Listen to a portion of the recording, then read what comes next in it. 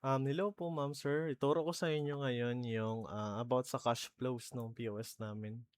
3 lines.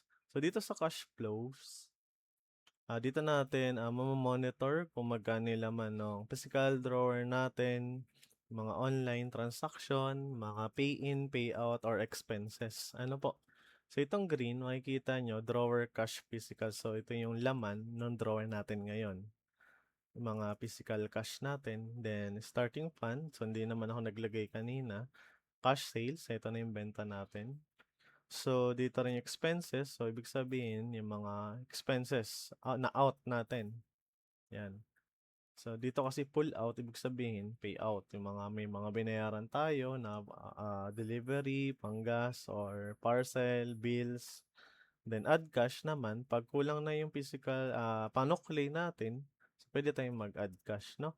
Ito naman ay na-export via PDF or Excel at ito rin yung sa Excel, CSV file, then PDF. So pwede kayong mamili po, no? Then ayan. So sample tayo mag-add cash, yan. Papansin nyo, pera natin ay 4,900. So mag-add lang tayo ng 1,000. Then optional naman yung note. So pwede kayong maglagay for recorded, no? Sample, save. So yun, nadagdagan po ng pera. Sad pa po tayo, no? Ayan, so nadagdagan po siya. So magpo-pull out, gamit tayo, may babayaran. For example, ay 5,000. Yan. So, nabawasan yung physical drawer natin, no? So, magbabawas yun, pay in, pay out natin sa drawer, physical drawer. Yan. Dito hindi possible na to kahit wag na lang po ito. Kasi dito po yan sa ano natin, mga kung may mga record tayo, mga online bank or GCash, hindi naman kadalasan to ginagamit po. Depende rin po sa inyo, no?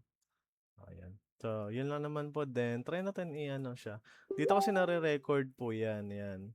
So, pag may mga red, so nabawas yun. Mga add, ito po. Yan, mga sales natin. Sample lang naman to. So, PDF, click natin. Ayan. Sorry.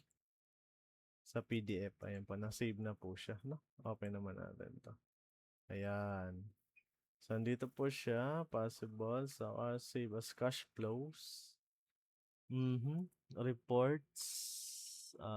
Save cash flow reports. Wait lang po. Auto save cash flows reports. Nandito po yan. Search na lang natin, no? Cash flows. Ayan, ito po. Ngayon, this day. So, ayan po siya. Pwede natin siya ma-print bond paper. So, may total in, may total out, drawer net, then bolt.